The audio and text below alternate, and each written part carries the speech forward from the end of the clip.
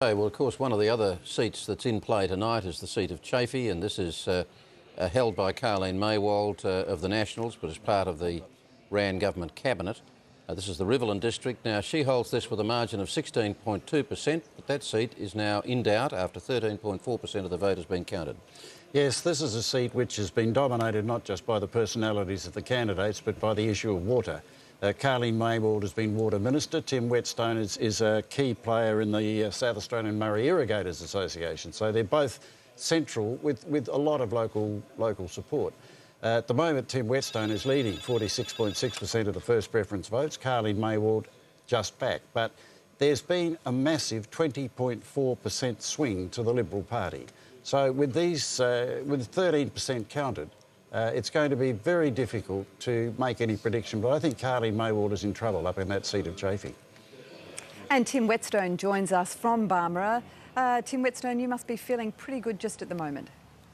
Yeah, I'm feeling fairly confident. It's been overwhelming support today. We started very early down at the bottom of the electorate, down at Penong, and we visited every seat today, and it really has told the story as people come through the booth. They are giving me overwhelming support and they need change. What do you think has been the primary factor driving the swing to the Libs? Well, I really do think that Karleen has aligned herself with the Rand government, and it's become very evident that Mike Rand and his team have ignored the regional centres of the state, in particular Chaffey.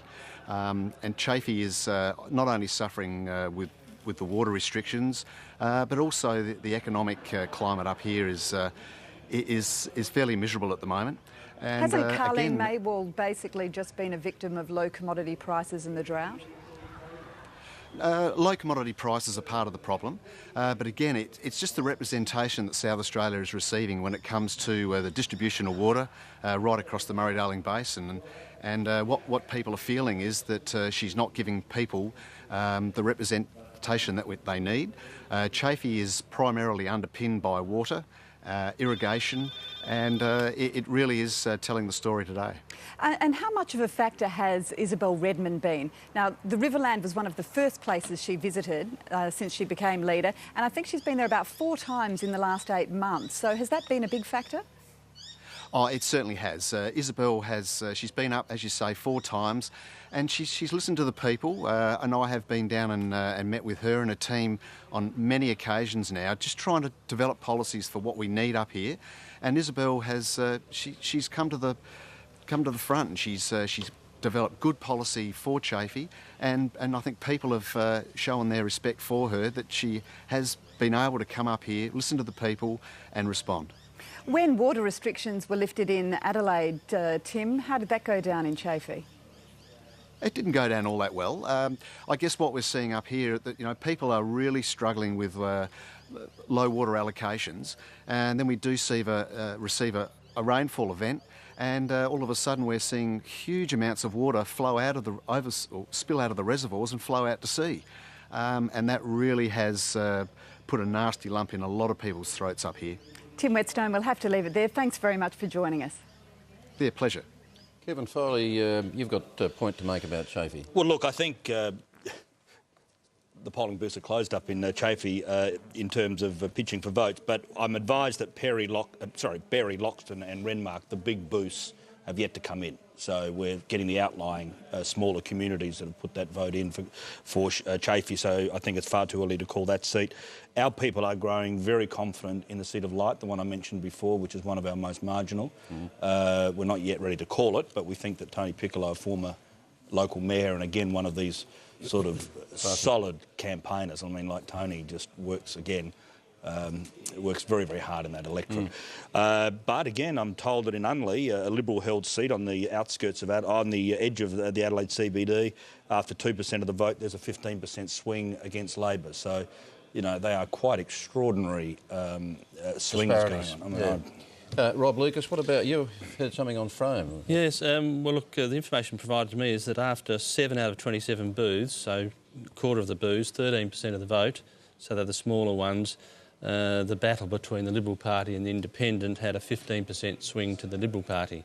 So that's obviously very encouraging from us. This is one of the key seats in terms of trying to win government. If we can win seats from independents back to the Liberal Party, a 15% swing, albeit only on 13% of the vote, but nevertheless that's not an insignificant percentage at this particular stage. Of course, one of the issues in play at this election again is the Greens. Part of the loss away from Labor has bled across to the Greens, and the question would be what happens with their preferences. Now, Ian Henschke, excuse me, is standing by with Mark Parnell from the South Australian Greens in the Upper House. Well, Mark Parnell, how do you think you've gone this election? Well, if these early results are anything to go by, the Greens have done very, very well. We were 6.5% last election. If we're in double figures now, we've increased our vote by half as much again, 50%.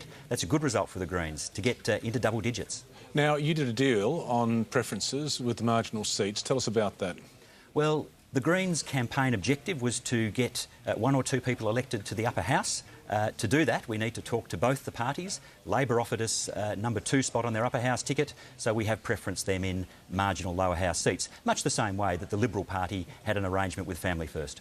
But let's take a look at Norwood there now. That's looking like a very marginal seat, and yet you've got Stephen Marshall there, a very strong Green candidate in terms of Green credentials, and you've preferenced against him. Well, politics is a funny game, isn't it? It's a mixture of pragmatism and principle. At the end of the day, the Greens are the fastest growing party in Australia. Our vote is going up and we want to get our people elected to Parliament. Getting people elected to the Upper House was our priority, and so we've had to do those arrangements. What's the chances in the Upper House then? What do you think you'll end up with? Well, on these figures, and mind you, they are Lower House figures. We haven't counted the Upper House yet, but if they're similar, it means that Tammy Jennings will join me on the crossbench of State Parliament. We still hold out that we could get another person in as well. So the Greens' representation is about to double, and that's a fantastic result for us. Do you think this is more to do with the fact that Democrats have fallen away, or have you actually really made any gains? Well, I think the Greens have been standing on our own 2 feet. We've had 4 years to show what our vision is for South Australia, and I think people have been impressed that we were talking about things like stormwater recycling years before the Liberals made it part of their policy.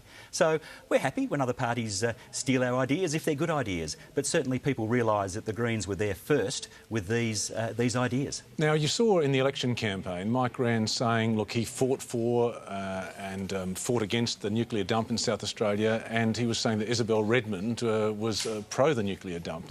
Now, what position will you have in relation to Isabel Redmond and her policies if she does end up forming a government?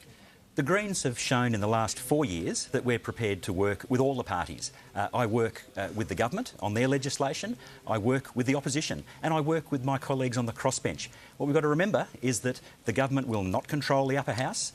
There will be a big crossbench, and the government will have to convince lots of us that their ideas are worth supporting. But my door's always open to the big parties. Thanks very much for your time, Mark Parnell. Thanks, Ian.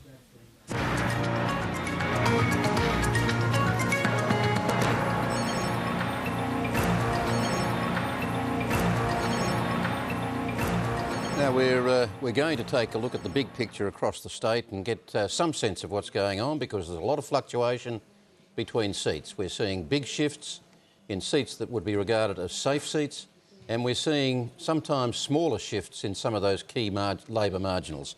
But in any event, across the state, with 16.5% of the vote counted, we're looking at a swing away from Labor to the Liberals in 2-party preferred terms of 7.2%. Now, that swing is calculated without including the 5 independent seats, because they are inclined to throw in a little bit of distortion to the figure.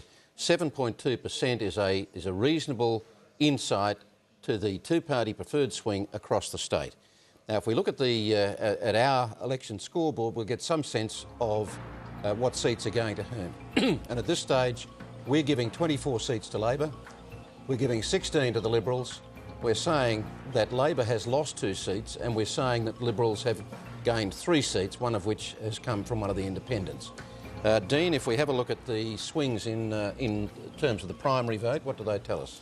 In terms of primary vote, we've got some very interesting shifts there. Labor 38, nearly 39%, Liberal Party 41%, Green have increased their vote by 2%. Labor is 6.6% down, Liberal Party 6.8% up.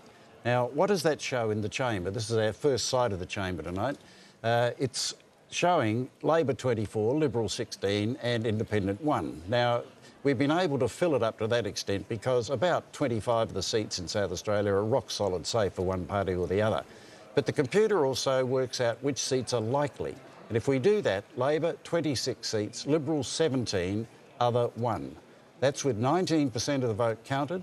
But as we pointed out before, some of the swings we've seen are not only in different directions, but they're patchy. They're all over the place. It's not a uniform swing. So I think the seats that are still doubtful are going to be crucial in deciding who is actually the government and who's got what numbers. OK, well, let's... I mean, that's saying a Labor majority of 5, but I think there'd be a question mark alongside that right now. I would say there is a big question.